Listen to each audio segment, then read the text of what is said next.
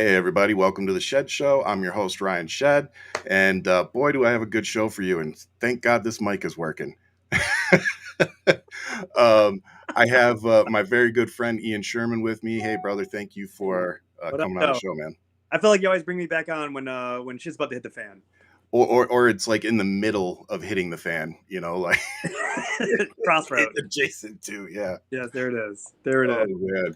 It's good to see you too, man. Hopefully we get everybody back. Sorry again for the mix-up. I think I figured out what happened.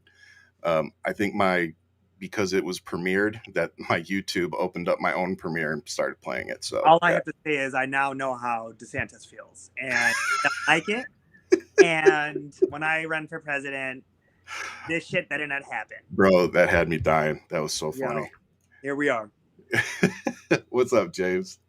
Hey, everybody. Thank you for coming back. Oh, Kaylin's in here with us, too. Nice. So, yes, thank you, everybody, for coming on. We have a lot of stuff to talk about. I have a very long list, so we're going to try to get through it. But since you're from New York, Ian, I figured a good place to start would be the floods that happened. What was it, yesterday, the day before? It was wild. It was definitely... I didn't live where I live now during Hurricane Sandy, and we had a massive surge of water that came in. At the time, my girlfriend, not my wife, stayed with me in Harlem, which is very elevated versus where this location in Brooklyn is. But it's only a maybe 2-minute walk from me to the ocean right now. Yeah. And due to that, I have a kayak because I go kayaking in the East River.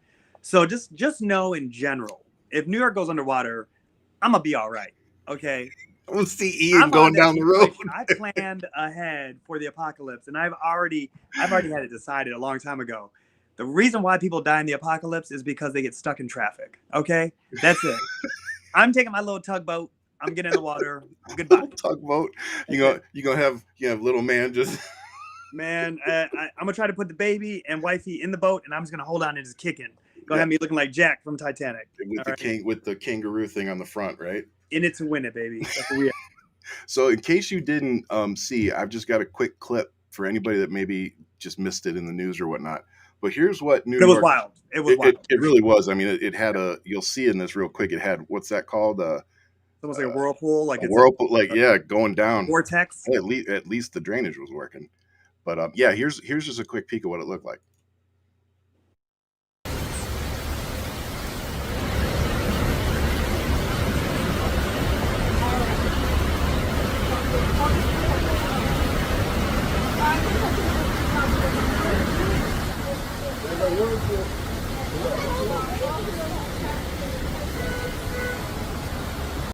That is crazy. Really wild. I literally took my son to daycare, and I'm up early. I get up at 5 a.m, and daycare opens at 7.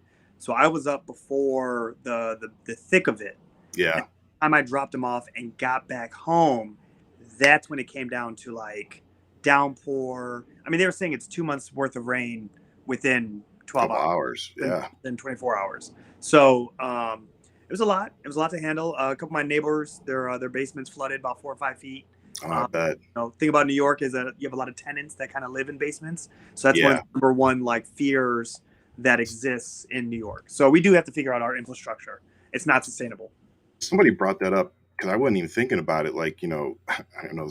You remember the movie Crooklyn? Yeah.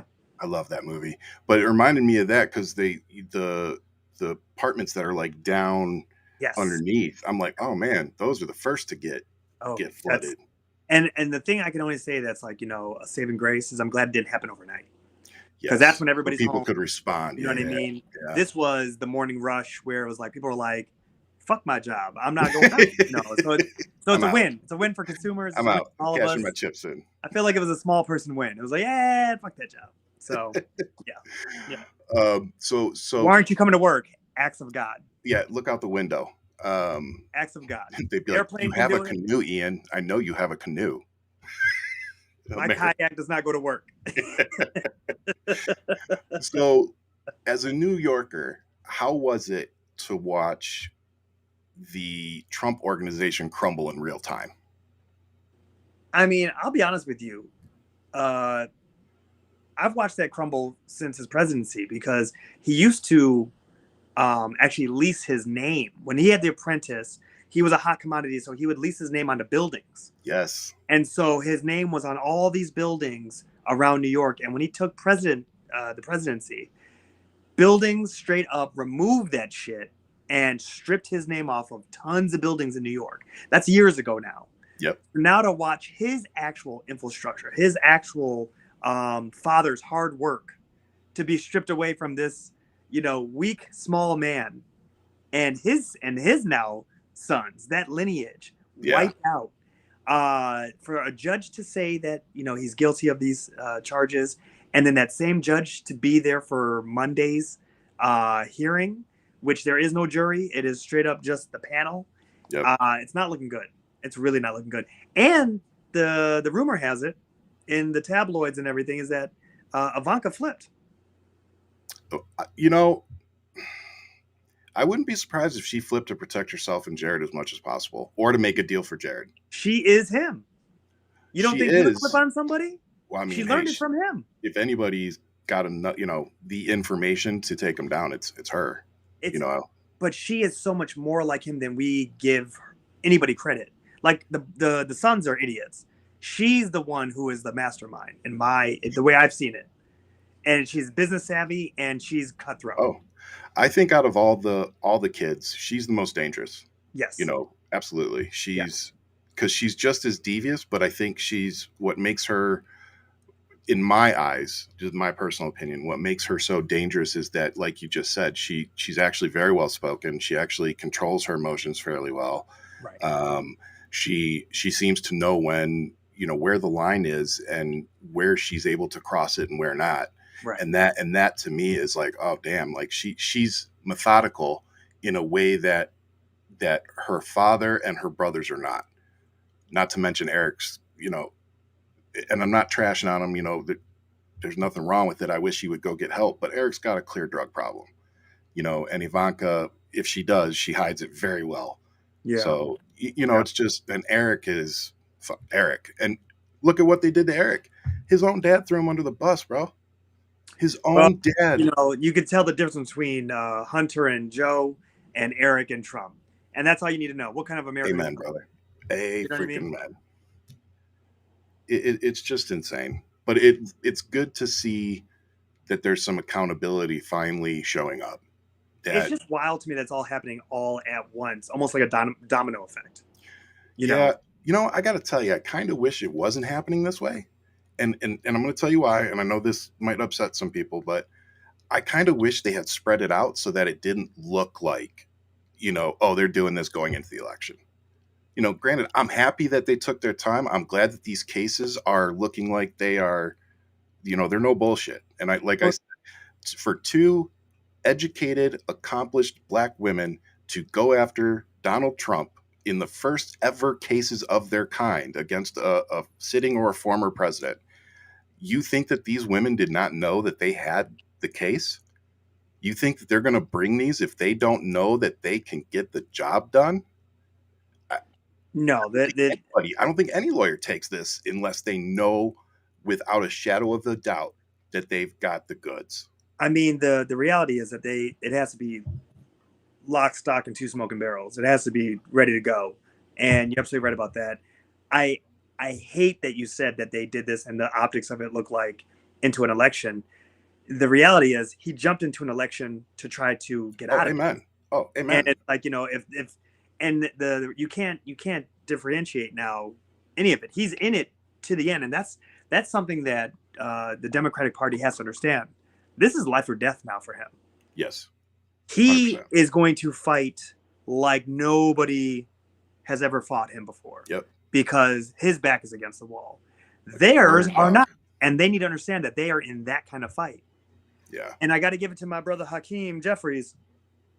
He laid it out beautifully today at today's vote, where he just really broke it down on what we're looking at and trying to speak to the American populace, trying to really reach out to everyone, letting them know here are all the key factors that happened that led us to this exact moment in time. Yes. And it's like, we need to continue that story. We can't let it slip, because clearly, just like my girl with the vape pen at Beetlejuice, you can make up whatever you want to make up, but even with the footage there, they're still going to stick to their story until they can't stick to it anymore. Did And you so see you what they said? got to just hold them to the fire. Did you see their excuse for that, by the way? Is it some It was in the dark. incognito They were in the Democrat? dark. Oh, they were in the dark. It don't matter. Oh no, Oh, so you're the one that he's a Democrat that it was set up. yeah, and it was a first date. I love that he's like a bar owner and they have drag queen nights, and I'm like, okay, well, here we are. Here we I are. mean, you know, and it wouldn't be. I would never say a thing about it if she wasn't such a hypocrite.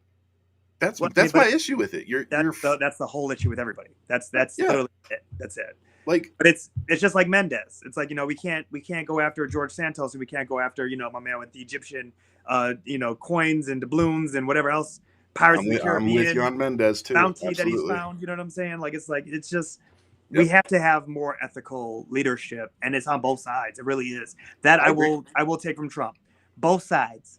Both sides. I agree. You know, the reality is, and I know many of us don't like it, but our political system is set up. At the end of the day, it really does boil down to the lesser of the evils. You know, I don't agree with everything the Democrats do. You know, I don't. But when it comes to Republicans, I really struggle to find something that they do that I agree with. So it's like, yeah, every once in a while, you know, they get one right, and I give them their flowers when they get one right. But that's like once or twice a year. For current Republican motivation, whatever it is, they're not the fiscal conservatives that were of our fathers or grandfathers' age. You know, if they really were about balancing a checkbook, I'm like, okay, I get it. Like, yes, we need to sometimes recalibrate, audit ourselves. I get all that. Yep. But this shit that they are on right now does not make sense. And it's not, you can't be a one issue voter in today's world. I'm sorry. It doesn't work. It really doesn't. You don't exist in the demographic that's laid out for you. Yeah. I guess you have to go independent and find that one person who just stands for everything you stand for. But right now, the way it looks, it's not stacked up for us in this way. No, I agree.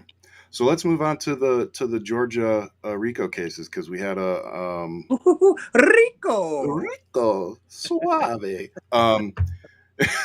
He's coming. Oh, dude, it's coming. And the big thing, which I'm sure everybody that's watching this show probably already knows, is that they've got the first person to Scott Hall. Yep, Scott Hall said that he is guilty. Lowest on the totem pole and has direct contact with a lot of these motherfuckers. Let me tell you. So let me ask you this, brother. Do you think that this is because he flipped? Do you think that they're giving him a deal? He is getting a deal. He's absolutely getting a deal.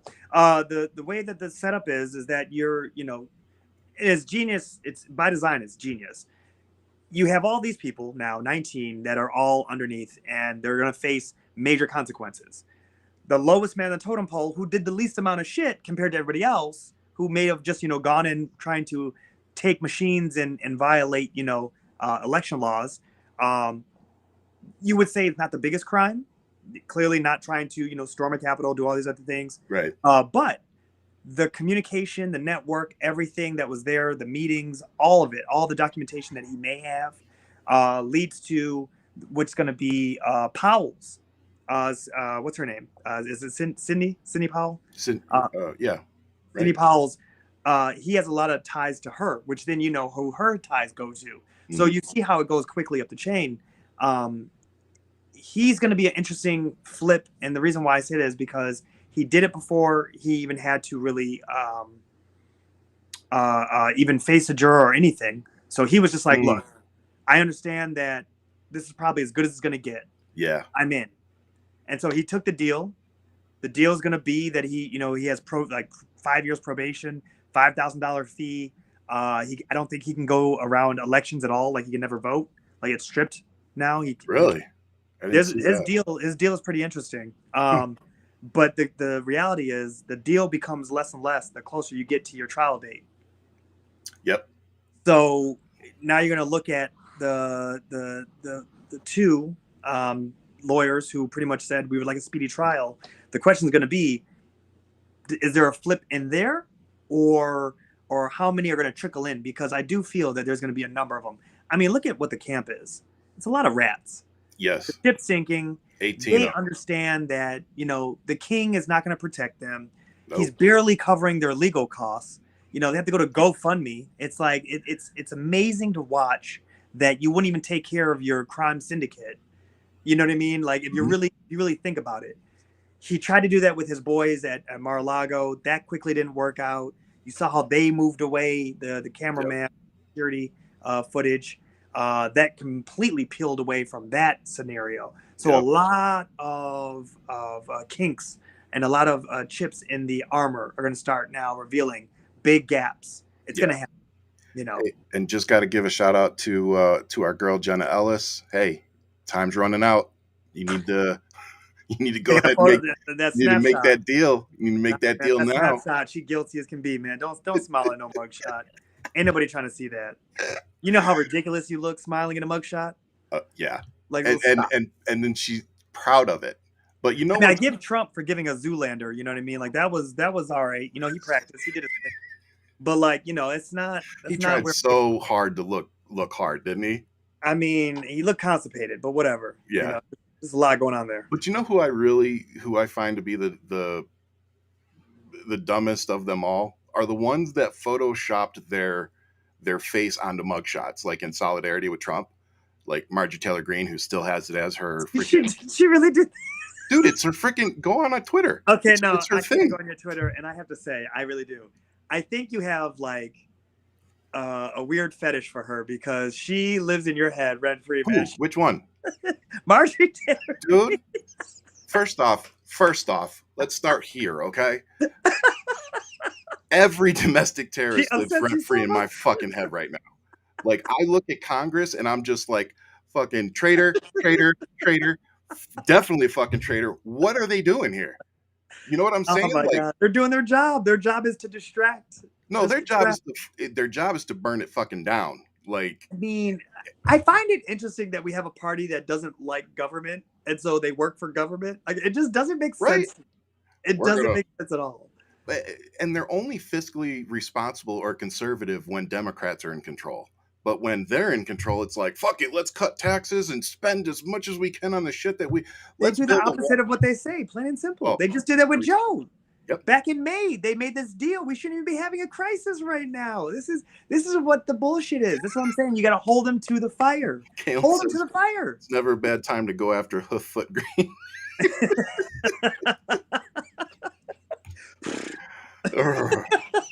MTG is the dumbest. I mean, I think that's factually correct. This person, man, Marcus Flowers. I hope he's in the game and taking her out. That's all I got to say. I can't. I can't say that. Don't say nothing. I can't say that. But he's still there, and that's what matters. That's all that matters. He's still there. He's still in the game. I don't know if we're going to see him run against her, but he's definitely, if he's not going to run against her, he's definitely going to be in the background trying to make sure she doesn't win. Right. I know that for sure. Right. Okay. You want to talk about burn it down? That's what we need. Burn it down. Absolutely. On a local level. Just get him. I really liked him. I was really disappointed to see how much he lost by, because it was just like you're going up against Marjorie Taylor Greene and you lost by that much. It's like the people in her district decided that the black guy was worse than the domestic terrorist. Remember what district? We just had Aubrey in that same state. So, Crazy. Okay, so you want to talk about the GOP debate. What did you think? With this whole crisis that we're looking at right now? Yeah. I'm sorry. Debate. Yeah, the GOP debate. Sorry. It literally, I feel like Andy Cohen would have done a better job of commentating whatever that shit was. And the biggest thing that I find from it is like, they have all this shit to say and whatever the case was. And the worst thing they did say was that Trump wasn't there to hold him accountable, which, Joe Biden's team is just flawless. They just literally took that clip of DeSantis and posted it. And then DeSantis responded. Shout out to Joe Biden's team for sure. Man, God, they're killing it. Yeah. Sleepy Joe. Don't sleep on Sleepy Joe. I'm telling you right now, man. Old man time is coming for you. He's doing his thing. I mean, yes, he's old. Yes, he's been in the game, but he's just chef's kiss. Here's my thing. how are the GOP going around with their head held high, proud, when they're getting kneecapped by Joe Biden while he's taking a nap? That's what I want to know. My man, he won this country sleeping, bro. He did this in his sleep. He did it in his sleep. Like we'll get to Joe in a minute. But the interesting is that they're calling out Trump for the most minute shit. Yeah. None of them are really understanding the situation. You're running for number 2 position. Yeah. The game's over.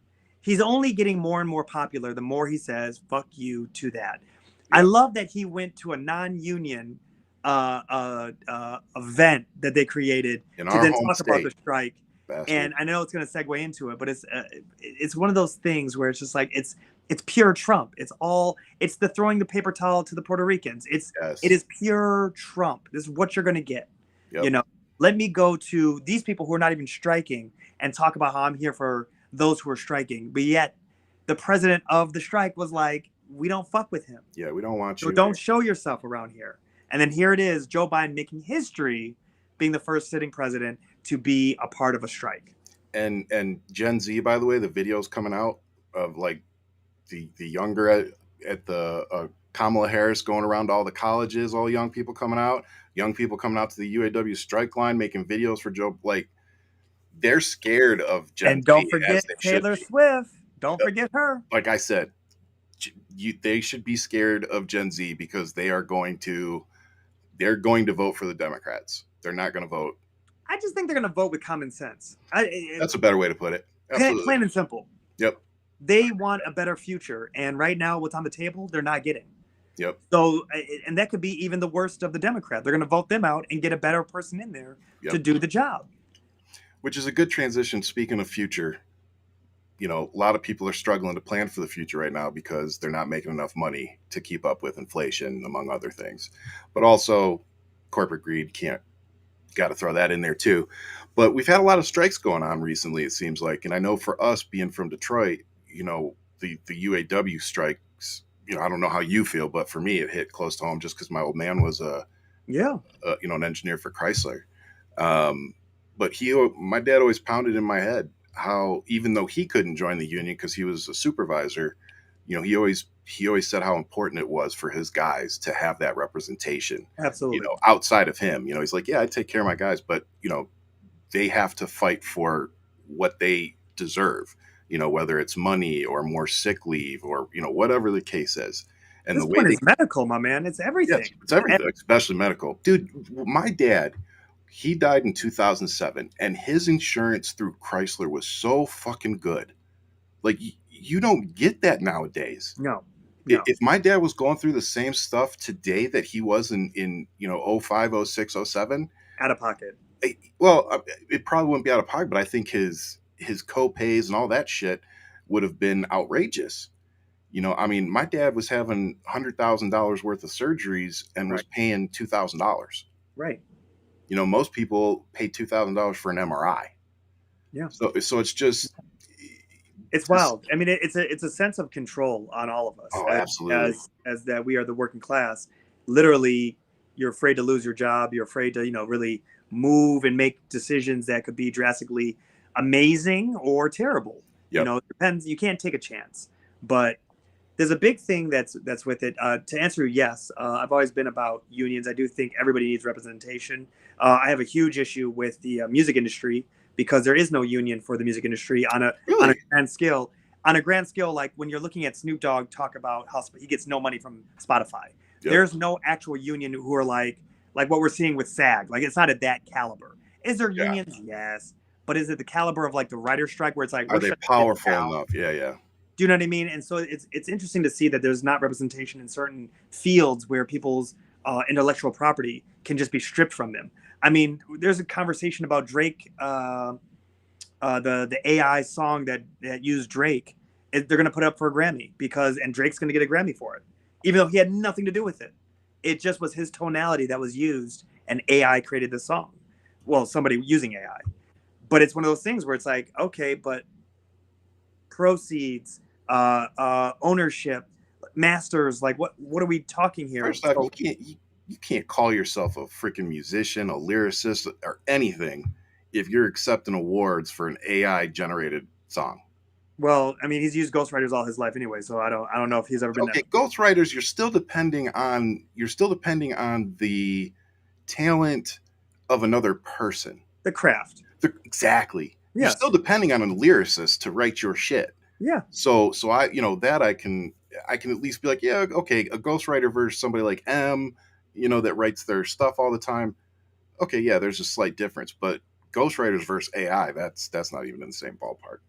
That's It's the future, but that's the conversation. I want my print. I'll take Prince, somebody who can play all the fucking instruments, and like he always said, and my microphone is on. That's amazing. Well, when I tell you B271 is about to play all the instruments and be your little walking assistant, there you go. There you go. Oh my God. Okay, so I do want to just touch on strikes a little bit more before we move on, because I think it really drives home the point how much our economy is struggling because the workers are struggling. And when you see that you've got writers, actors, truck drivers, the three largest car companies in the country all walk out at the same time, which is the first time that's ever happened, I'm pretty sure. I believe so, all at the same time. That's a big deal, and can we just real quick? Yeah, I'm tired of living through fucking history, okay? I'm tired of first time fucking. Can we just have a pause for a minute just to catch our breath? Telling you. Pandemic, all these there's a lot of just. Did you just mute me? Oh no, I'm trying to hit the pause button. Like, somebody click. Get this bitch already. Can we just stop living through history just for 1 minute? Like, I know, man. I don't think the baby boomers went through this much history. I'm just saying. Man, that's a conversation I wish I could have with my old man right there. You know, how does this compare? Or my grandparents, what is I do feel like we're living our grandparents' era. You know what I'm saying? They went through World War II. Yeah, they had the World Wars. They had the economy, the Great Depression. Some of them, Titanic. Like they did have a lot of shit.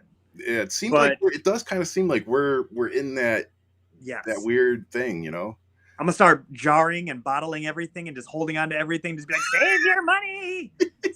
You're gonna open my garage and be like, we need that jar of pickles. Don't throw that away. I'm already there with these youngsters. Okay, so but with the strikes, everything, please continue. Well, I think we'll move on because I have I just wanted to touch on it because we have a lot of friends. We have like Robbie and I'm fortunate enough to talk to some really cool actors and stuff online. So I see them all out there walking and I'm proud of my brother, man. He's doing his thing. I'm proud of him too, man. He's love Robbie, love him to death. But I'm proud of everybody standing up because it's not easy to be like, what, I'm not going to take a paycheck. I'm going to this is going to affect me personally, along with all my brothers and sisters in the union, but it needs to be done. So I respect that. And you have a lot of us standing with you and supporting your unions. And hopefully it ends soon. This is something that is very interesting where we all have to pay attention to right now is that these strikes are, if you look at the essence of it, it's going up against where we are heading with technology. Yeah. That the auto industry is not just that America's forcing us into EV. No, the world is going into EV. And if we want to be competitive, we need to get in the game. And I understand the Republicans want to talk about clean coal or whatever the fuck that is. But it's one of those things where we need to be futuristic. We need to start thinking 10 steps ahead. We need to understand what we need to bring to the table on a global level. Yes. Now, when it comes to actors, they're going up against AI. And AI will be one of those situations where it's going to be in your vehicle. It's going to be in your home. Everybody's going to have a smart home at some point. We're heading to that Jetsons. Sooner than later. A lot sooner than later. When I was last in Detroit, I was in the 2024 Hummer, and the car drove me from Detroit to Novi. Drove me, not, oh, here we are, and, cruise control. No. The thing merged onto the highway. It was moving around cars. It's all cars coming up. It got over, let cars pass us. And then at one moment where the car was literally like, oh, this is a dangerous section. Like we just feel our sensors are not reading everything it needs to be reading. Take the wheel. And the driver just put his hand on the wheel and it relinquished power to him. He had control. And then after he felt like, okay, we got past that, he put it back in and car just took off. Now, thing. I might this is not a dig at my wife, but have you ever, like, when you sit in the passenger seat and somebody else is driving and you hit that brake on your side like it's there, but it's not? Bro. You go reaching for the brake. Bro, My thing is, I need to be in control of the car. Like, you're my wife. That's all I got to say. She take the wheel, Jesus. Okay, that's all I got to say. If I'm in a car with somebody else, take the wheel, Jesus. That's it. You'll never see me complain. A airplane, a roller coaster, or a car. If I die on one of those, just know I die with my hands up. nope. That's Yeah, it. airplanes another thing. I've worked on too many of them. I hate airplanes. But granted, they are way safer to travel in than cars. Because of human error. Yep. Okay. So I'm gonna skip that one. Let's talk about Tupac Arrest, since you were talking about the music industry and, All eyes on me, and baby. unions. What was your initial reaction when you heard that there was an arrest after 26 years, 27 years? 1997? Is that when he got gunned down? That was 96. 96? Oh, I guess I'm going off of his discography. I mean, God, he just put out an album like last week. Are you sure he's dead? I know, right? Tupac's been putting out music for a long time. But you know what I've noticed? Like, I've gone, because I would buy them just because I'm a huge Tupac fan, and I've noticed a lot of them are just old songs that they've retooled. Of course. You know, and it's like there's certain things. Again, I'm surprised that there hasn't been an AI album of Tupac. Like, that's one of those. It's coming. I think it's coming. You know, especially now that his mom's not here to control it. Orlando Anderson's uncle's no surprise. No, I mean, to big fans who actually, wanted to know and actually went to go do the research. No, it's not a surprise that he got arrested.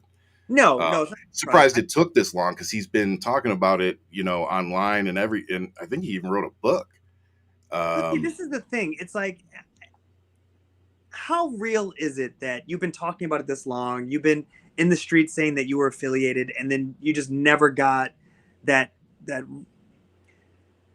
you never got the response you wanted, or whatever the case was, or the clout. Like, were you coming out with an album? Like, you know what I mean? Like, it's one of those things where I think it was the book. The book was, you know what I mean? Yeah. And then also, if you keep in consideration that what was happening at that time frame of the East and West Coast battling, where it really wasn't supposed to be a battle. It really wasn't. It's supposed to be just record label versus record label, and just putting out music, and both of them feeding off of it, meaning making their money. I.e. Jay-Z and Nas. Was it really a beef? It was people getting their bread, plain and simple. They knew and this is what it was supposed to be for East Coast, West Coast, and it was definitely taken out of context. It definitely set the stage to, like, really pull back on how absorbed we are. I'm really happy that we have, the Twitter generation, because, I don't see them really getting into a fist fight if they saw someone outside. You know what I mean? They would just tweet about the shit, and then, when they see somebody, they would just duck out the restaurant on the other end. Oh, man. Not built the same as Gen X. It is Gen X, isn't that? No. X is before us. Yeah, that was Gen X. Yeah. Gen X, they are built differently. They will see you in these streets. They will. Yeah, I mean, but even us, man. I mean, well, I'm not talking about us though. We were children at the time. I know, but I'm just saying, we would knuckle up. You know what I'm saying? Like, I'm not trying to put myself on record saying what I would do. I'm just saying what Gen X would do, and I'm gonna keep them guessing what I would do. Okay. Okay. Front Street. Well, I'll knuckle up. I'd rather knuckle up than have a gunfight or a knife fight. You know what I'm saying? Yeah, no, I'm with you on that. You whip my ass, I'll go home. I'll clean up I'll clean up. I'll be good. You're gonna lick my wounds and keep it moving in the morning. We're both gonna go home to our families.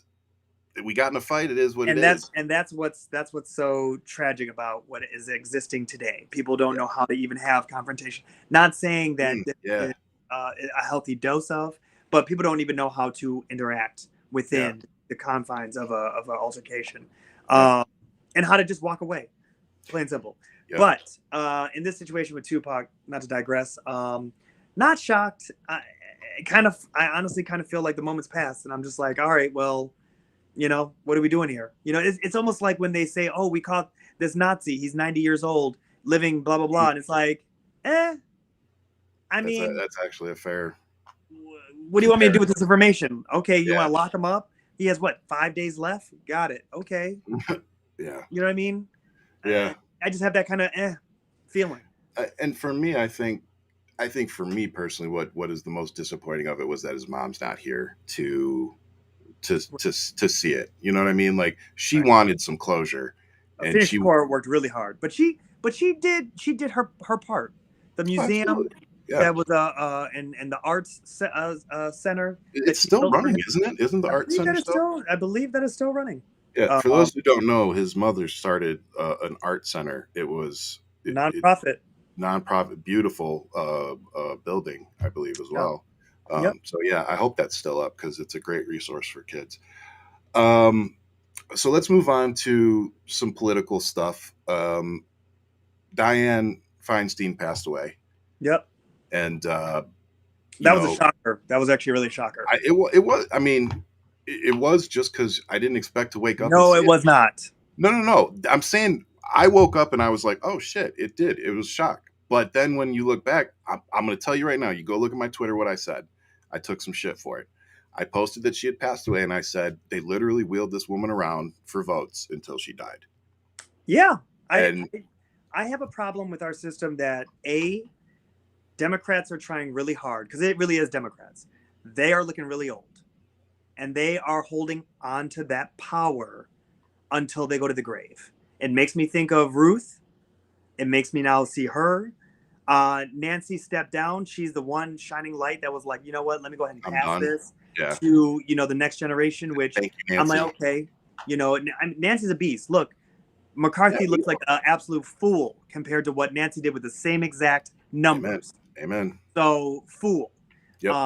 But with Dianne, I mean, absolutely, like, rest in power. Like, she did amazing things, trailblazer. Yeah, but not taking anything away from her legacy. Not taking anything away, but I just have to ask, why do they want to stay in until they're in the ground? Yeah. Like, at what point did you get to enjoy your life? Do you really like arguing with your them across the aisle? Like, is that something that you really have to have? Like you want to do up until your last day? Yeah. I give Ryan, the old speaker, a lot of credit. Paul Ryan, where he was like, I did my thing. I'm out. Like, I'm going to go live my life now, And he was still pretty young. He's extremely young. I just saw him literally ridiculing his own party. Like, what the fuck are they doing? I felt like that was one of the reasons he bounced, because... Of course, but at the same time, I feel for that. Like, do your thing and get out. Yep. By all means, consult, be in the ear of, talk. Make your money. I love Bernie Sanders. Bernie has more energy than most people I know. Like, after a heart attack instead. You know what I'm saying? But it is going to be a moment where you wake up and be like, Bernie Sanders died today, and be like, and he was still in office. And I'm like, damn, like, okay. And now it vacates a seat. So now Newsom has to figure that out. Yep. You're leaving that to Newsom to figure out. My man who's having parties during the height of COVID, talking about don't do nothing, stay, shelter in place. And then he's over here, being a hypocrite. It's just one of those things where it's not good for it's not good for the health of the party. Right. I think she's an amazing woman. She did an amazing job. She did her job. Yep. I just really wish we could see a little bit of a turnover in people's seats. Yes. And even take more of a mentorship. Mm-hmm. I just really want to see that from the party. Speaking of what we want to see in these seats moving forward, I'm sure you probably saw it, but I want to play it for anybody who maybe didn't. Rep Jasmine Crockett from Texas, who is a lawyer over there. She's a beast. She is my new favorite member of Congress. I wish every single member of Congress did this every day, and just they don't have her pizzazz. They don't. I was actually just thinking about this. Why we love AOC so much, even though AOC doesn't get anything done, because she literally can't. She can't. Yeah. Her positioning is not suitable where she doesn't have enough votes, but we love her for what she does. Ms. Crockett from Texas, she's a beast where she put it on Front Street, and I'm glad that we have her. Me too. So if you guys didn't get to see it, I'm going to go ahead and play it real quick. It is definitely worth a watch. It's worth a rewatch. So here it is. I don't know how long. Yes, I've been taking a tally. Oh, Oh, okay. Can you show us? Can you tell us what the tally is? More than 35 times, the Republican witnesses and Republican members of the committee have used the word if. Thank you so much for that. Because honestly, if they would continue to say if or Hunter and we were playing a drinking game, I would be drunk by now. Because I promise you, they have not talked about the subject of this, which would be the president. But let me tell you something that was so disturbing as I walked in to this chamber today. As I prepared, I said, what is the crime? Because when you're talking about impeachment, you're talking about high crimes or misdemeanors. And I can't seem to find the crime. And honestly, no one has testified of what crime they believe the president of the United States has committed. But when we start talking about things that look like evidence, they want to act like they blind. They don't know what this is. These are our national secrets. Looks like in the to me. This looks like more evidence of our national secrets, say on a stage at Mar-a-Lago. When we're talking about somebody that's committed high crimes, it's at least indictments. Let's say 32 counts related to unauthorized retention of national security secrets, 7 counts related to obstructing the investigation, 3 false statements, 1 count of conspiracy to defraud the United States, falsifying business records, conspiracy to defraud the United States, 2 counts related to efforts to obstruct the vote certification proceedings, 1 count of conspiracy to violate civil rights, 23 counts related to forgery or false document statements, 8 counts related to soliciting, and I could go on because he's got 91 counts pending right now. But I will tell you what the president has been guilty of. He has unfortunately been guilty of loving his child unconditionally, and that is the only evidence that they have brought forward. And honestly, I hope and pray that my parents love me half as much as he loves his child. Until they find some evidence, we need to get back to the people's work, which means keeping this government open so that people don't go hungry in the streets of the United States. And I will yield. Everything.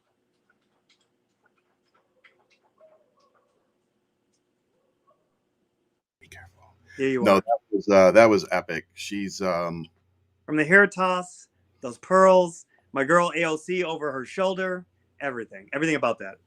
Yeah, that gives me hope, as in like that's the future of our party. Absolutely, absolutely. And to see women up there, seeing more women up there just handing these men their ass. I love it.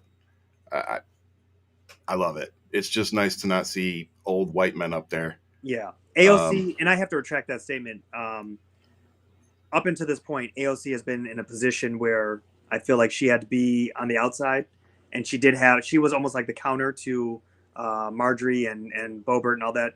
But I do feel like AOC learned a lot from Nancy Pelosi, and I do feel like there was definitely some type of mentorship there because she's moving very strategically these days. And the way that she handed the Florida's senator his ass. This is what I'll say on AOC. I think AOC is kind of like me. She went in and found the people that were the best at what they do, and she attached themselves. So Nancy Pelosi is, of course, somebody that you would expect her to go, find as a mentor. But what I like is seeing her progress. When she first came in, like it felt like every time that she was in a committee meeting, she was, being over the top a little bit. Right. But then people were saying, but when they're behind closed doors, she wants to get deals done. She's not being unreasonable. She's trying to get deals done. Right. And what I've seen over the last few years is she's calming down a little bit, being more direct, and she's choosing a little more wisely when to let that rage that she has out. Absolutely. She's more strategic. Exactly. And that is what's making her, in my book, a really good politician, is because she's growing. Right. And she's learning how to get it done. Nobody that goes into Congress as a freshman knows how to get it done. They got to learn. Crockett. She's but I'm just saying, even her, she would get some leeway with me because you're a freshman. Right. You know what I'm saying? Right. Like you're learning the ropes, blah, blah, blah, blah, blah. You're probably going to get taken advantage of once or twice on something, a bill or whatever. But as you progress, like once you get to be AOC, Marjorie Taylor, like you get into your second, third terms. Right. Okay, now how are you? Now what do you get done? How do you get things done? And we've seen progress from AOC, and we've seen zero progress from, the Republican women that came in at the same time. What's interesting is that Marjorie, she teamed up with McCarthy, and it's interesting to see that pairing where Bobbitt is just an idiot, and everybody's just like, why? Yeah. Why? She's the one that I would say there's been no growth at all, and she's still popping off. The only thing different now is that she's a grandma. That's it. And with Marjorie, she's become more strategic, but she's playing her position. Her position is distraction. Her position is trying to grab the headline, and it's doing everything because it gets a lot off of McCarthy. They have their roles to play. She's a pawn, but they all have their roles to play. I agree with that. What I don't like about Marjorie Taylor Greene is that she just throws the most outlandish shit against the wall to see what sticks. Space lasers. Exactly. Like that hasn't changed. She's still doing that shit. So that's her job, though. That's her job. Her job is to be loud and obnoxious. Completely. So the next person that I want to talk about is General Milley, who on his way out the door had a few shots to fire across the bow.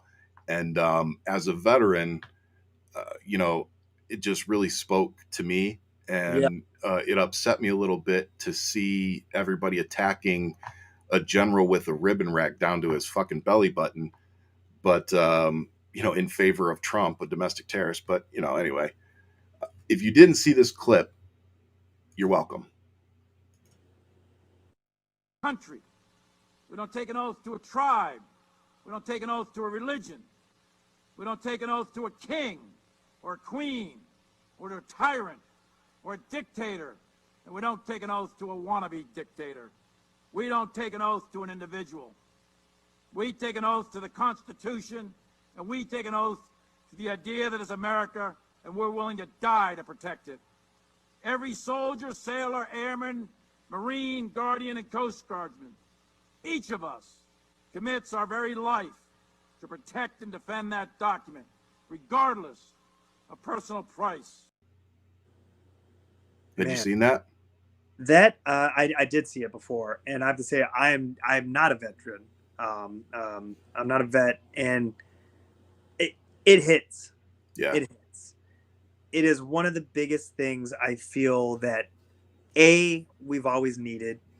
He felt bamboozled during when Trump was president and did that Bible stunt. During Black Lives Matter. He felt like he was a pawn, and he was like, I wish I just didn't cross the street and be in that photo, because that kind of gave clout to the and kind of made it look like he supported it too. Yeah. Right.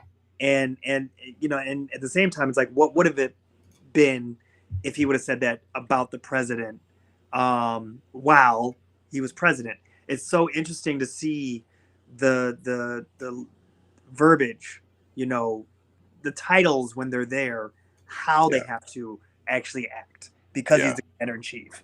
But now, where it is just a civilian, and that, I'm still puzzled by the Mueller report about how he didn't give him scot-free.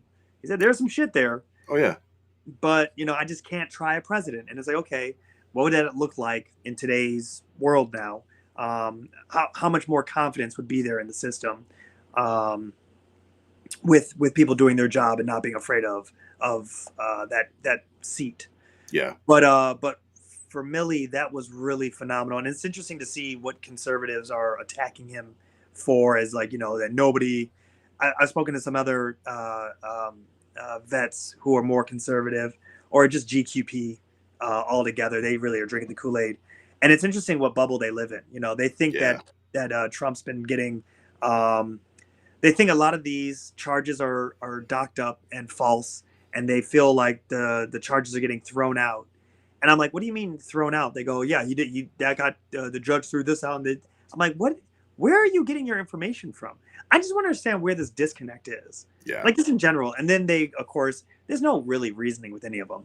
I love talking to them because I just like to see where the threshold is of, that side of dealing with reality. And the first thing I of course do is I send them those clips of, well, your boy just flipped, so let's see what happens. He just accepted that he's guilty, so clearly there was some situations. This is not politics. This is not in the Senate or in the House. This is in a court with a judge.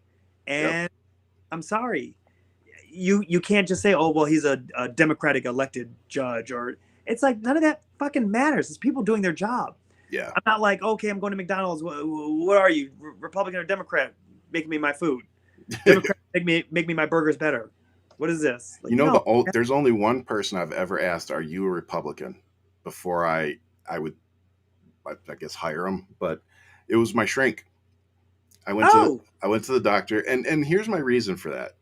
Because I feel like, because of what I talk about and what bothers me and what I would need from therapy, that having a Trump supporting Republican would not be helpful to me and would not be conducive to my treatment.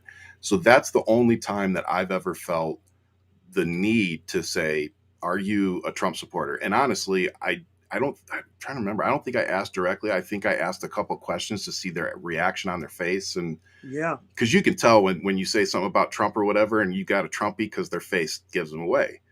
And but no, she literally looked at me. She's like, "Oh, I'm not a Trumpy," and I was like, "Okay, we're good. We're good.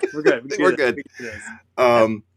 But while we're still talking about the military, another interesting thing happened. My senator here in Arizona, Mark Kelly, got a little upset at Tommy Tuberville.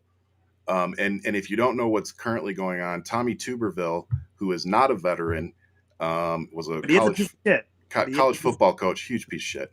But he is holding up over 300 military promotions. Yes. And for the first time in American history, all branches of the military do not have the highest ranking individual confirmed to their post. Like, he's literally jeopardizing our safety, our national security. Like plain and simple. You keep talking about Joe Biden. Now we would not be prepared. Tommy Tuberville is the one making us less safe.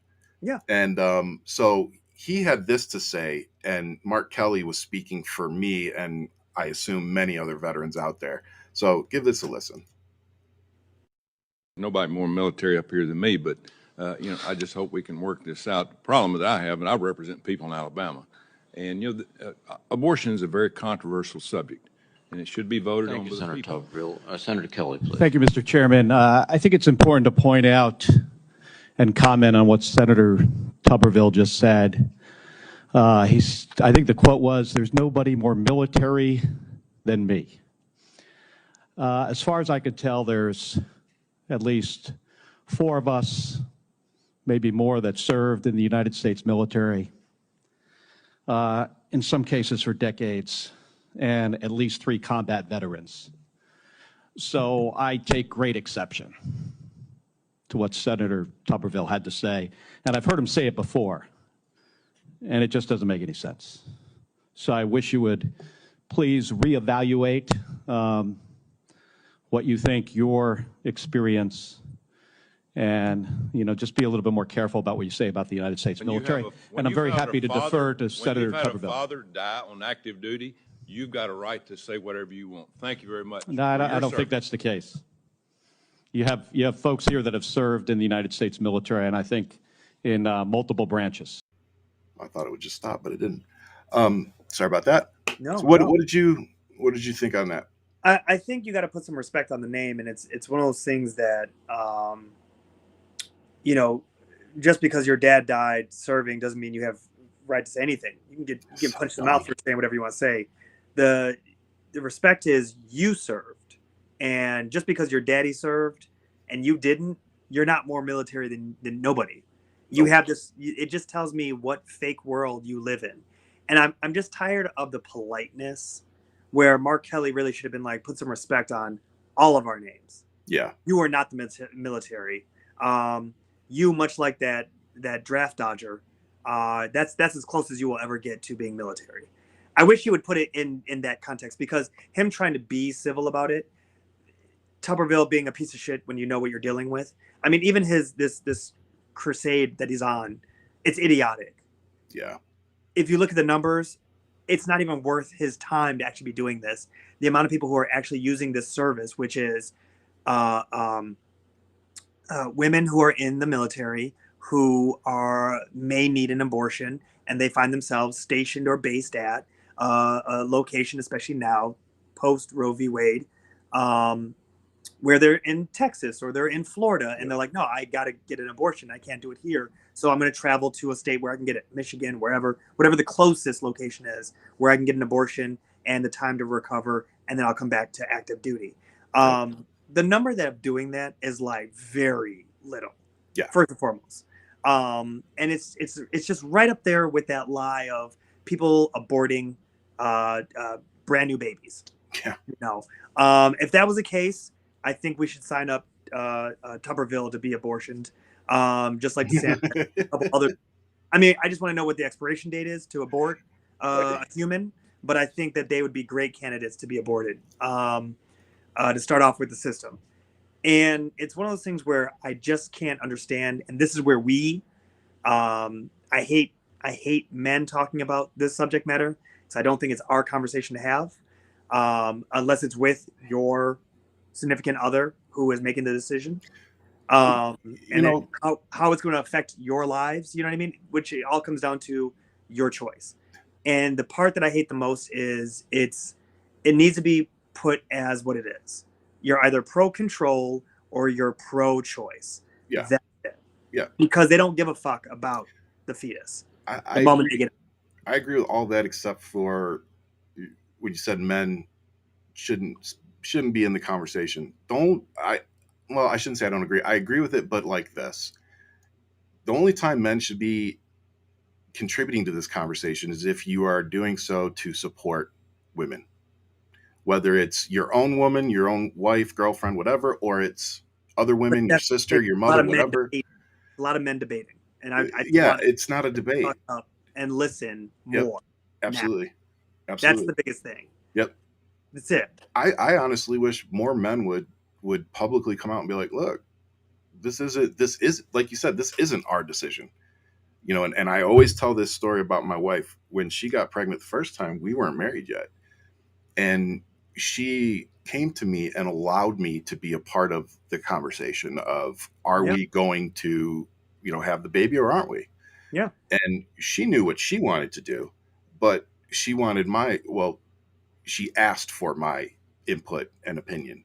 And luckily for us, we both had the same opinion. We both had the same reasons for why we had that opinion. I would be lying if I said it wasn't based, partly on our religious and faith beliefs. But that was our decision. That's what was right for us. At that time. At that time. Doesn't mean that that's what's right for the person, the couple next to us or the woman next to us or whatever. Oh. And I really, really do feel that way, that it really just isn't our business. No, but I said, it was you and your partner having the conversation. Yep. It's not you debating with another man what a woman should do. But to use the military, to use soldiers as political pawns, to push your religious, bullshit abortion agenda is just wrong. Right. And it's so much Alabama, He's a football coach, and now he's making decisions that are going to affect how many people's lives. It's like he's not. I have my own gripes about football in general. Just thinking about like school activities and how we fund schools and what we put our money to. And I'm like, football is only for how many people that actually like play the game and actually take it further, versus arts or science or something where we actually put and invested in the youth on so many different fronts. They could take those life skills on a whole nother level. Yep. No, but to each his own with school with stuff. But yeah, I think it really comes down to, this is where we need more women in Congress, and we need the youth to step in. That includes us. Yes. We're on that cusp of being now the middle-aged men, but at the same time, there's a nice transition of us coming into power and actually trying to navigate some things and get things ready for the next generation behind us, who are going to change everything.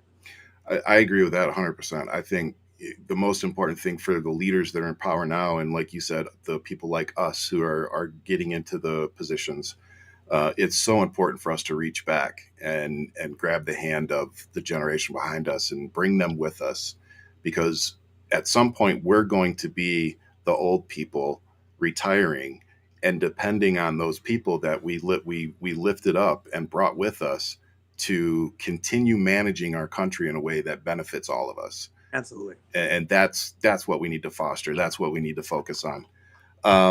So with that, I've got 2 more videos that I want to talk about. First one is Eric Swalwell destroying Jim Jordan. Like it was just so beautiful to watch. Oh wait, did I not load it up? I lied. I did not load that up. I have not seen this clip, so I have no idea. You didn't? Damn. I was sleeping that day. Let me see if I can load it up real quick.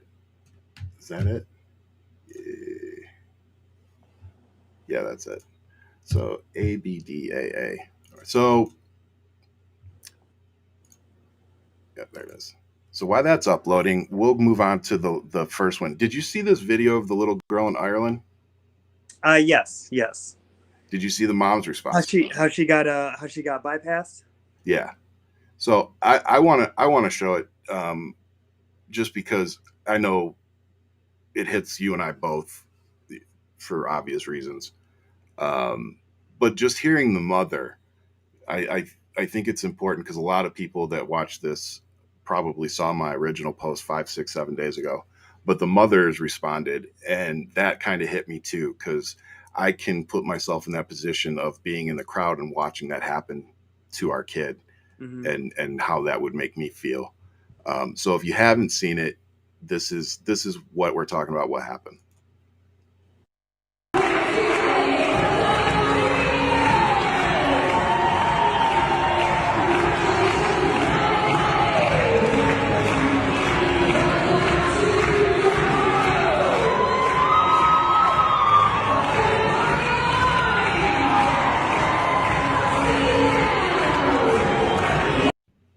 You want to know what pissed me off about that is that the camera guy comes and takes her picture, and she still poses. She still puts a smile on her face and poses for the picture. She has more grace than most. But doing it without a medal around her neck. No. Like, so this is what the mother, this is just a quick snippet of what she said. It's painful to actually state and know the obvious. My daughter was the only black child in that competition. She stood out well. There was no excuse for what happened. At 10 years old, did she feel that this was racist? Oh yeah. Yeah, and that's the sad trauma they put through a 10-year-old to know, because like I said, she's the only black girl there. It's more like they almost blamed her for being black. So my little girl's 9. She's about to be 10. So, you know, my little girl's literally the same age. So that just, I don't understand. I will never understand how any white person who has paid attention to history would continue to discriminate against people that don't look like them, whether it's black, Chinese, you know, I don't care. Anybody that's not white. We are still pushing this. We are still allowing this to happen. And then the only time that we get any fucking accountability for something like this is when it goes viral. So, you know, everybody's like, oh, you're posting this for clicks. No, I'm not. You want to know why I'm posting this kind of shit on my platform? Because it's the only time white people respond, is when it gets so big that they can't ignore it anymore and they have to do something. It's sad that it takes us, people like us, to use our platform to hold these people accountable.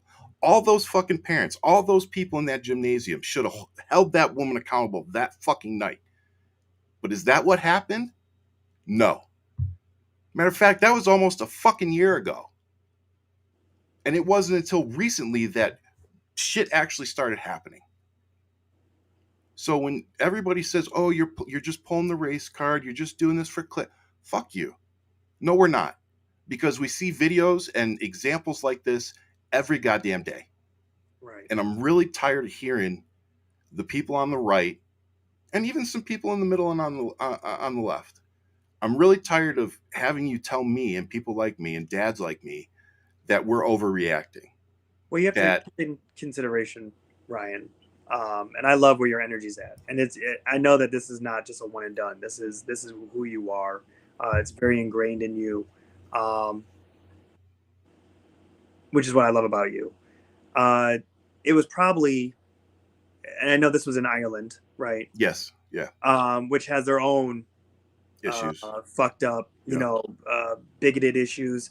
Though you could say that some of these people look like they got their education from Florida, especially the new school system, on what their history is. And so that's, you got to be careful when you say, know your history, because it depends on who's teaching. Yeah.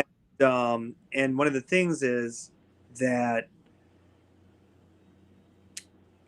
I bet you there was a lot of liberal minds that were in those stands, but were the cowardice kicks in. And it's something that has always amazed me about what Malcolm X has always said. You understand what the opposition is of the party that you're going against, but it's the silent ones that stand with you that allow it to happen. Absolutely. And so you have us as the loudmouths who are here as commentators who can very easily critically think about a situation and say, okay, well, what was the basis? Let me give them benefit of the doubt. Oh, she didn't have the right medal for her. And so she just said, let me skip this one real quick and I'm going to come back to you. But then why did she never come back? Yep. So then what was the reason for never coming back? So then wait a minute. Was there anything wrong with the medal? So you can just break down just on that level of just let me understand what happened first. And then you realize there's nothing to fucking understand. Yep. Understood it right. My first impression was the right impression. And you have to come down to why. Yeah. What was your reasoning?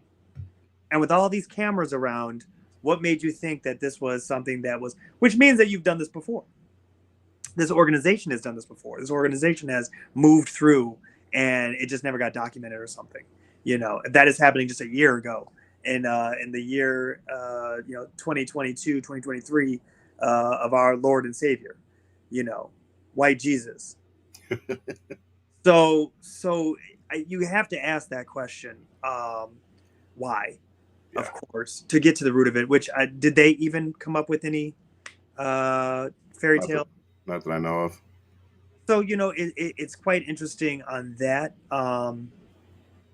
But at the same time, it really does come down to we have a lot of work to do and the work never stops. And you just have to understand that, God help anybody who pulls that stunt in front of you live, because you'll be a internet sensation and for all the wrong reasons. You'll be trending for all the wrong reasons. Yeah. And I love you for it because that's the only way I can see it. Ryan gets arrested for hopping over a police barricade and cussing the fuck out of the entire organization. And it's just like, yeah, in real time. Let's go. I'm going to tell you something. I hope it comes out right. But last show we did, we were talking about, racism and us growing up and, how you were treated in school. And it was both interesting and disheartening to hear your response.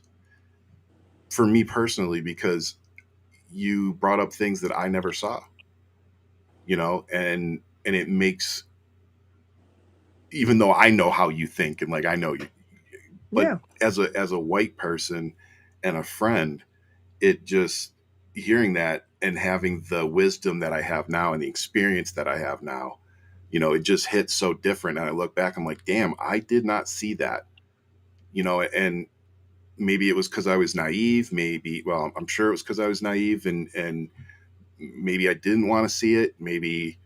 I think you also have to give yourself credit for being just youthful. Yeah. When you're young, you're just trying to figure out what the fuck you are. Yeah. Absolutely. And that's the thing that I would say to you about us growing up and the different upbringings is that a lot of black kids, and I'm sure you're having conversations with your kids. You're having honest conversations with your kids where they have to just grow up a little bit faster. Yes. Because they have to be more aware of things. Yep. You know, absolutely. And it sucks that you have to say that. It's true. It's 100% true. Bad. I can tell you that my mom did not have conversations with me the way that my father did. And he was just trying to teach me how to be a black man, even though I pass, and him even saying, you pass. Yeah, my son will too. Your brother Rob, because he doesn't pass. Yep. And there was elements that were there that were sprinkled in me from a very young age. And I have to give it to my father, who was black militant, loved him some Malcolm X, loved him Martin Luther King. He loved a lot of great James Baldwin, a lot of stuff that he was very read up on, and that he lived, you know. Yeah. And so I am thankful for a lot of that to be in my household, because I've met other mixed families and they didn't have that. Yeah. And it was interesting to see how they navigated dealing with bigotry and racism in the same program of all of this, you know, suburbs of Detroit. But it was quite interesting, my man. But I have to say, you have to give yourself, and this is the part where, you know, I feel for people who are like, well, you know, maybe I just wasn't aware or open enough or woke. And it's like, you also have to give yourself room to breathe where you were figuring out you. Yeah. And realizing that you were growing too. What teenager is not self-absorbed or thinking about, you know, whatever young fucking mind shit is going on? My dad was going through a divorce. You know what I'm saying? You know, so you got to give yourself that space as well. Yeah. And then you also have to give yourself the space that we didn't grow up with everything being online. Man, I had to show you a tape. I had to physically come over with a VHS and say, look what bootleg shit I fucking found. You know what I mean? You know what I mean? Or it was hearsay of who was there that night and you got to hear the story from.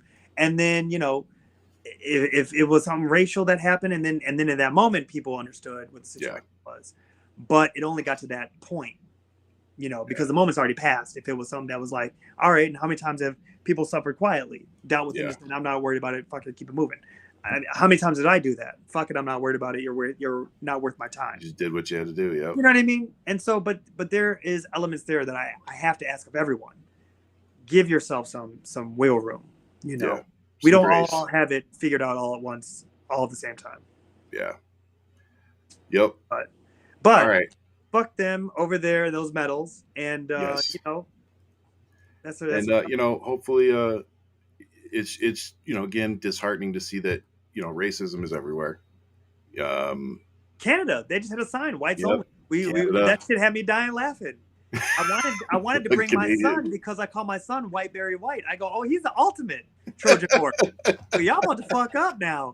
I'm gonna bring his little ass over there and be like, yo, what's up, Baba? They're like, why you talk to him like he's like this little African child? I'm like, because he is my little fucking Zulu. That's what we doing, baby. That's what we doing over here. Oh, man. Integrated. Y'all don't even know anymore. Y'all can't fucking keep guessing. Nope. He got the blue eyes. He is the devil. He's good looking boy too. All right. So I'm gonna end it with this.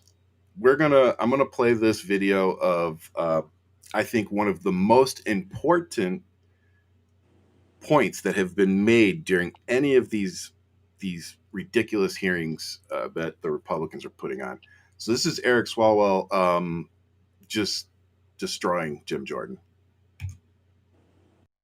Attorney General, my colleague just said that you should be held in contempt of Congress, and that is quite rich, because the guy who's leaving the hearing room right now, Mr. Jordan, is about 500 days into evading his subpoena. About 500 days.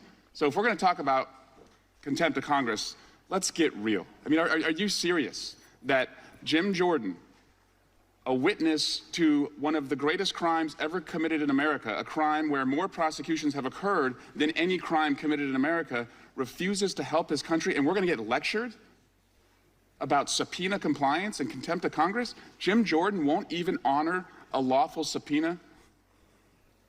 Are you kidding me? Are you kidding me? There's no credibility on that side.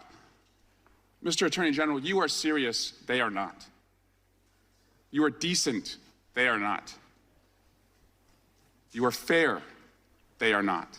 So I welcome you to the law firm of Insurrection LLP, where they work every single day on behalf of one client, Donald Trump. And they do that at the expense of millions of Americans who need the government to stay open, who want their kids safe in their schools, and would like to see Ukraine stay in the fight so that we don't help Russia. That's the expense that this nonsense, this clown show, I'd call it a clown show, except they actually have real responsibilities that affect real Americans. It's the difference between one side that believes in governing and one side that believes in ruling. Had you seen that? I only saw a snippet of the beginning where he would said the 500 days of avoiding a subpoena, but that's spot on. Yeah. And it's interesting because I started hearing, and now that you just played that for me, I just heard some of my conservative friends starting to call a lot of these court things clown show. And I'm like, oh, that's where they got it from. Okay, because all they do is regurgitate. They project and they just regurgitate. And then it's, I'm rubber, you're glue bullshit. It's pretty much any debate I've had thus far with any conservative acquaintance at this point. I can't say friends. Yeah. But, it really is getting to that point where, I still believe in keeping the channels open. That if you don't, that's how we lead to a civil war, an actual civil war. I do feel there's room to debate. I do feel there's room to poke fun at each other for whatever ideology we have. I do think there is a fine line, but there are extremes that we're seeing. Yeah. And like you said, the hypocrisy is very rich right now. Those who are talking about. Which was it Matt Gaetz? It was Matt Gaetz who came out talking about Mendez and the Egyptian gold that he had. And I find it so rich because it's like, and when do we want to talk about Santos? Because you guys aren't talking about that. You are demanding that he resign. Demanding anything.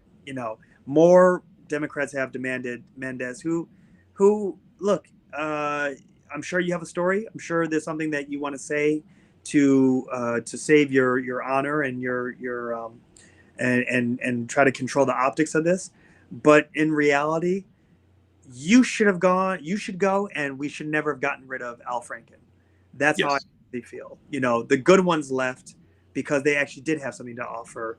And anybody who's trash has to go. We just have to get rid of. Yeah. And I think, again, it points to the fact that Democrats are willing to hold their own accountable, while Republicans will just turn a blind eye. To a fault. Yes. It's the Democrats who got Al Franken, and I'm like, you guys fucked up. He was the best. That one, I personally think that that situation fucked the party and him and all sorts of things, But again, it's kind of like, I like the fact that we hold our own accountable, but like you said, every once in a while we shoot ourselves in the foot. Yes. Demanding accountability before we even know, the full story, the context, whatever. But I'm never going to apologize for expecting, liberals and Democrats to, do things the right way. But at the same time, we're in a really weird time where we have to fight back and we have to win. So it's like, it really is, man. It really is. And that's not an exaggeration. I wish, and I said this to you last time, we dream of being the Obamas. America are the Trumps. I wish that weren't true. But it deep down inside. And I do, which is why I'm sighing. we wish we had that glam and that elegance of us of, they go low, we go high. But it's a fucking dogfight. And we need to understand that is us right now with the mindset that we need to have. Yeah. We need to be in a dogfight, and we need to stick it to them and stop playing nice. Joe Biden played nice with them with the debt ceiling, and the fact that we negotiated and took the terms of what the Republican Party offered, which I felt like we were negotiating against our own values, our own. We were negotiating with domestic terrorists who were holding us hostage with the debt ceiling. But we took the bait, and we did it, and we got in bed with them, and now here we are, and they completely reneged on that deal, and they threw it off the table, and now they gave it to us at the 11th hour about, well, here's the new deal. whoa, what's the fine print here? I don't even have enough time to read this bill. And so it's 45 days too. Yeah. Hilarious that we have Democrats who are pulling fire alarms to evacuate the building to give the Democratic Party a little bit more time to read. So it's like, okay, if that's a tactic that you took, take that fine and whatever penalty you get. But Marjorie Taylor Greene comparing a Democrat pulling a fire alarm to January 6th. Oh, it's priceless. It's priceless. It's priceless. I thought it was McCarthy, but you know what? I can't tell the difference between the two anymore. No, she literally, Marjorie Taylor Greene was on the steps of the Capitol holding up the law that they used to punish the January 6th people that they put in prison and said that the person that pulled the fire alarm should be punished under that same law. So Mr. Brown is a political prisoner now, huh? Yeah, according to them. Oh, Jesus. All right. Well, you got anything else, brother, you want to talk about? No, man. No, it's just good to see you and touch base. Too, man. Stay tuned. Shit's going down on Monday. Yeah. If New York's still afloat, we're going to be seeing some shit go down. And I have to say, Ryan, it's going to be quite interesting as we get closer to this, because the election. Closer to the election, will there be any gag orders on that stupid fuck? Will the 14th Amendment be played in this? The fact that should have already been. Well, the fact that is already on the table, that a lot of Secretary of States are communicating their own Rico case, I'm sure, if the DOJ wants to lock up. The fact that a lot of Secretary of States are talking about 14th Amendment and not allowing Trump to be on the ballot. Yep. Due to the insurrection, which I'm 100% okay with, by the way. Actually, a new poll just came out that said a lot of Americans said they're okay with. Yeah. So it's quite interesting just to see where all this is kind of going. Again, sinking ship, and it's just going to be really quite interesting the next couple of months. This whole thing with this crisis has been delayed until November. So no sleep for anyone. Yeah, no. Because they're putting it right into the holiday. A short reprieve, yeah. You know what I mean? So it's like, they can't fucking do their job. That's reality. That's what upsets me. So we may see a recession yet. Yeah, I think it's like 60-40. I think it's like 60-40 that it's going to happen. The Federal Reserve not pushing the interest rate up more kind of gave me a pause. I was like, okay, so you guys are clearly trying to, you see that the inflation is still climbing, even though, well, not climbing, but it's still fluctuating. It's 1%, and it's still GDP. People are still buying shit. Yep. But it's seeing that they're not putting the interest rate up anymore to try to get the inflation anymore under control. It's really interesting to see what's going to happen. Which the shutdown would stop them from monitoring and doing their job. Yeah. Which is what I find interesting, because in that data, and they said the last time this happened was during Bill Clinton, where they couldn't monitor the data and then they had a recession. Yep. So it's quite interesting. And the thing I said to you, I believe last time, was if we have a recession, Joe Biden is in trouble. Plain and simple. Because the one thing he really does have going for him is that it's the comeback king of getting America back on its feet. And if we have a recession and people suffer who are already suffering, if you add that on top of it, you can see someone like a Donald Trump who will promise you the world, even though they will have you groveling for shit and scraps. I think DeSantis is done. He's just he's so pathetic. He was a one-trick pony, and that got old. Yep. And you have woken everybody up. Everybody's tired of your woke ass, anti-woke shit. And you picked a fight with Disney, and no one's winning. No one's winning. You guys literally come out on your own bullshit about what science is in Florida, and everybody's just like, it's Florida doing Florida. No one takes it serious. Florida doing Florida shit. Florida can stay in Florida. Nobody else, I promise you, is interested. No, but not even Texas is interested.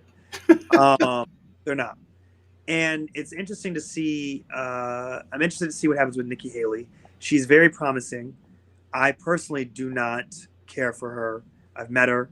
I don't think she really cares about working class. I've been in the room with Bill Clinton, and I've been in the room with Nikki Haley, and I can tell you there's a huge difference on how people treat staff.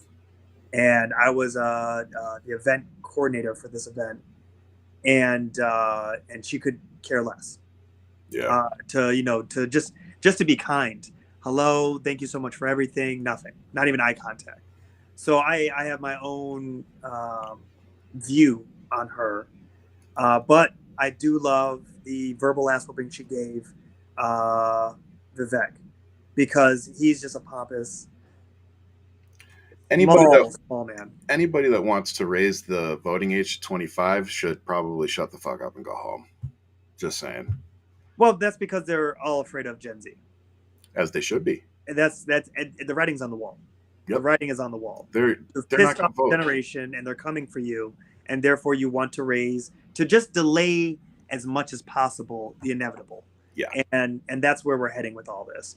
The fact that us as millennials are now the highest demographic of voting, and we cancel out.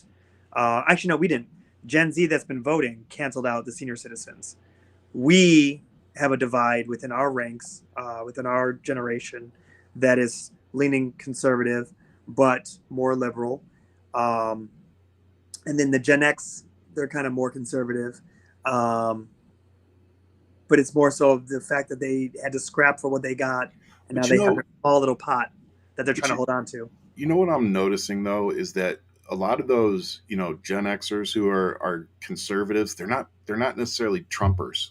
No, I didn't say that. No, I know you didn't. I know you didn't. I'm just this is my observation. Yeah. It is interesting to me to because my brother-in-law is like that. We talk politics, and he's a pretty hardcore conservative, and I'm pretty liberal, but we get along great, and we can talk. Yeah, and we jab each other, and joke. But at the end of the day, he looked me dead in my face, and he's like, "Man, I can't." He's like, "I'll never vote for Trump." He's like, that's just not going to happen. Yeah. And at the end of the day, he's like, his niece and nephew are black, and he's understanding that, you go vote for Trump, you're voting against the best interests of your niece and nephew. And that, sometimes that's all somebody needs to get the brain looking and looking at something differently, thinking about it in a different way. They're like, oh shit. Kind of like that old thing. A lot of people don't care about something until it happens to them. Right. Which and it's mostly conservatives. Right. But when, you get married into a family, and it's like, oh shit, now part of my family, I'm voting against their best interests. That's not right. But some people don't care. Some people don't, but luckily for me, I have great in-laws across the board. Right. Like I've been very fortunate with in-laws in my life, and my brother-in-law is great. All my brother-in-laws are. But yeah, it's just like me getting married into my wife's family. There's plenty of things that, I thought I was very progressive and open-minded going into it. And it's just, you learn. And I got my wife's family is from Grenada. Like her parents literally grew up there. So I get to kind of experience a whole different the American dream almost. Well, of course, the American dream. Her dad did 28 years in the Army so that they could move here. Yeah. And my wife is first generation. So when I say the American dream, I mean in the eyes of the immigrant. Yes, because absolutely. That's where it is so fruitful. Yep. You see it where you're born here, and you don't really see the whole hope. Yeah. The idea that you could be whatever you want here. Yep. And it really is kind of saddening when you see people don't realize that they could just leave 50 miles away from where they grew up at. Yep. And become something totally out there that they only dreamt about. Yep. Because they put in the work. Of course, the work is always involved. Yeah. But it's someone who's come here to really become something. They are the ones who are very hard on holding on to that American dream. And my mother-in-law, I have so much fucking respect for her. Like, she's like 69. She's a nurse at the VA hospital. Mm.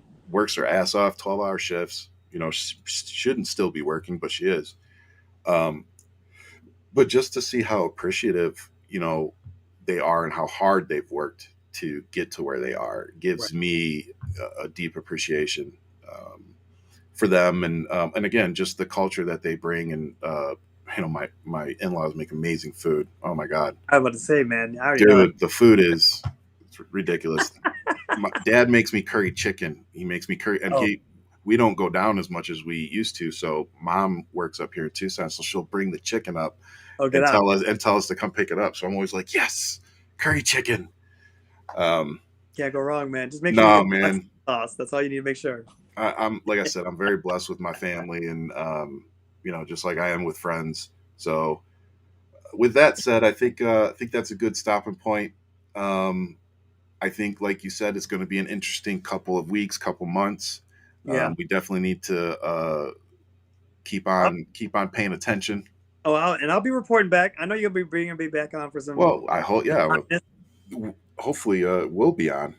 But with that said, I did want to mention I did a podcast on my YouTube, and it is about Staff Sergeant Chanel Gabrielle of the United States Army, who became a whistleblower over a toxic work environment.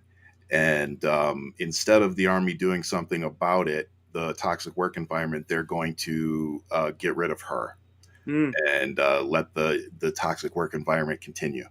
So if you can, please go watch that show, spread it, share it on your platforms. You know, we're going to be sending it to Congress and trying to get attention to this story, because it's much bigger than her, unfortunately, not just within the military, but this command specifically.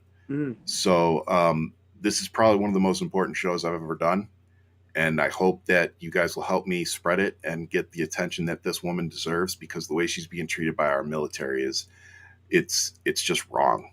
And any veteran that watches that story is probably going to be pissed off by the time we're done. So yeah, please go watch that and share it. But more than anything, thank you for watching, and everybody that's in the comments. I tried to respond. We see you. I love you guys. Thank you so much for coming and supporting us, especially Kaylin. I really can't express to you guys how much your support has meant to me over the last few months. It's been rough for me. It's been rough for all of us, I think, here in America. And the one thing I want everybody to remember is this: that high gas prices, high food prices, high insurance, high anything, we are all paying these prices. It is not a Republican Democrat issue. This is an American issue. We are all struggling. So I ask that we please find some freaking common ground so that we can get this inflation under control, get our food prices under control, and get back to a better position. So with that, I'll leave you with much love, keep fighting, and we'll see you next time.